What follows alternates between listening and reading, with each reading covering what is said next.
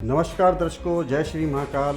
उम्मीद करते हैं आप सभी स्वस्थ होंगे, खुश होंगे। हमेशा की तरह मैं आप सभी का हमारी विशेष श्रृंखला श्रावण की जो चल रही है उसमें हम जो अलग अलग शिव बाबा भोलेनाथ की जो कथाएं हैं उनको आप तक पहुंचाते हैं। और हमारा जो उद्देश्य है यही है कि आप ज़्यादा से ज़्यादा संख्या में इसको देखें और इसका रसपान करें। वैसे तो बहुत से भक्त सभी बातों को, सभी कथाओं को पहले से जानते ही हैं, मगर हम जो भी छोटा मोटा ज्ञान रखते हैं उसके अनुसार एक प्रयास है इस भारतीय संस्कृति और भारतीय संस्कृति आने वाली जो पीढ़ी है उसमें संस्कार आ सके और आप सब अभी एक राष्ट्र निर्माण में सभी का योगदान दे। इसी के साथ में आज का अपना जो शीर्षक है शिव के विविध रूप, भगवान भोलेनाथ आदिनाथ के विविध रूप हैं जिनके बारे में आज आपको हम जानकारी देंगे। तो भक्तों, सबसे पहले तो जिसने हमारा चैनल सब्सक्राइब नहीं किया है, अनुरोध है कि प्रार्थना है कि वो चैनल को सब्सक्राइब कर लें, जिससे हमारे जो भी नोटिफिकेशन आप तक पहुंच सके। तो हम आगे की चर्चा के लिए शिव के विविध रूप, हमारी संस्कृति में शिव के कई रूपों की कल्पना की गई। वह गढ़ और समझ से परे यानी ईश्वर है, वह मंगलकारी यानी शंभु है, वह बहुत नादानी यानी भोलेनाथ। यहाँ पे तात्पर्य आता है कि भोलेनाथ को विभिन्न विभिन्न प्रकार के रूप हैं। कोई उनको शंभु के नाम से जानता है तो कोई उनको भोलेनाथ के नाम से जानता है। तो आज हम चर्चा कर रहे हैं वही भोलेनाथ की, वही आदि गुरु आदि से अनादि तक शिव शंभु महाकाल बाबा की। तो आज जितने भी उनके रूप हैं, जैसा कि आपको ज्ञात है कि भगवान भोलेनाथ के 108 नाम हैं और उन्हीं नामों से जुड़े हुए कुछ रूप जो हम आपको बारे में बताते हैं ट्रेलिंग के। तो आज हम फिर उसमें आते हैं अपने शीर्षक पर कि वह बहुत नादान यानी भोलेनाथ है, वह वेद शास्त्र और तंत्र के महान गुरु यानी दक्षिणा मूर्ति है, वह आसानी से माफ कर देने वाले यानी आशुतोष हैं, वह श्रेष्ठा के ही रक्त से रंगे भैरव हैं, वह संपूर्ण रूप से स्थिर यानी अचलेश्वर हैं और वह सबसे जादुई नर्तक नटराज भी है। तो दर्शकों, यहाँ पर भगवान भोलेनाथ की कितनी प्रकार से रचना की हुई है, किसी नटराज के नाम से, अचलेश्वर के नाम से। तो नटराज भी है।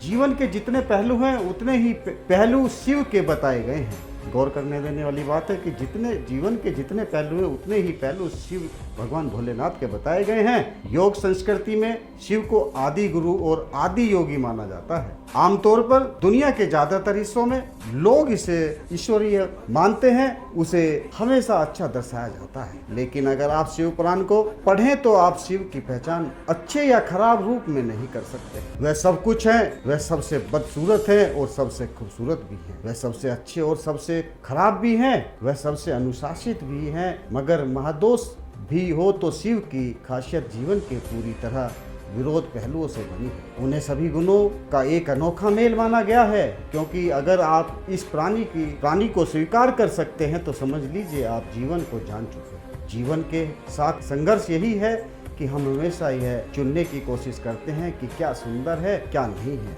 क्या अच्छा है और क्या खराब है।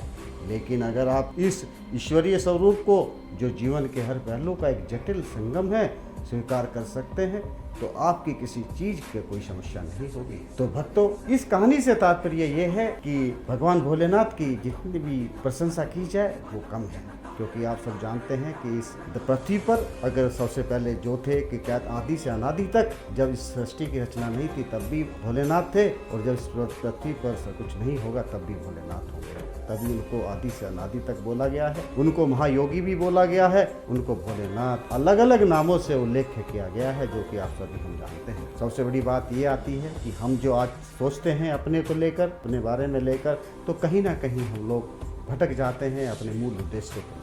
मूल उद्देश्य जीवन में धन कमाना नहीं होता, उससे और भी है कि हम लोग दूसरे जीवन को हम यहाँ पर जीने के लिए आए हैं, कहीं ना कहीं हम उसको भूल चुके हैं। तो मेरा यही कहना है, आप हो सके तो थोड़ा भी समय निकालें और जो भी आपके यथाशक्ति, जो भी आपसे हो सकता है इस सावन के महीने में, जो भी आप पास के शिवालय हैं, जो भी आपके पास के मंदिर हैं, वहाँ पर जाकर जलाभिषेक करें, जिससे बाबा भोलेनाथ आप पर प्रसन्न होकर आपके जीवन में खुशियाँ भरपूर दें। इन्हीं शब्दों के साथ मैं आप सभी को जय श्री महाकाल, ओम नमः शिवाय। देवों के देव महादेव से जुड़े किस्सों को जानने के लिए सब्सक्राइब करें हमारा YouTube चैनल महाकाल टीवी।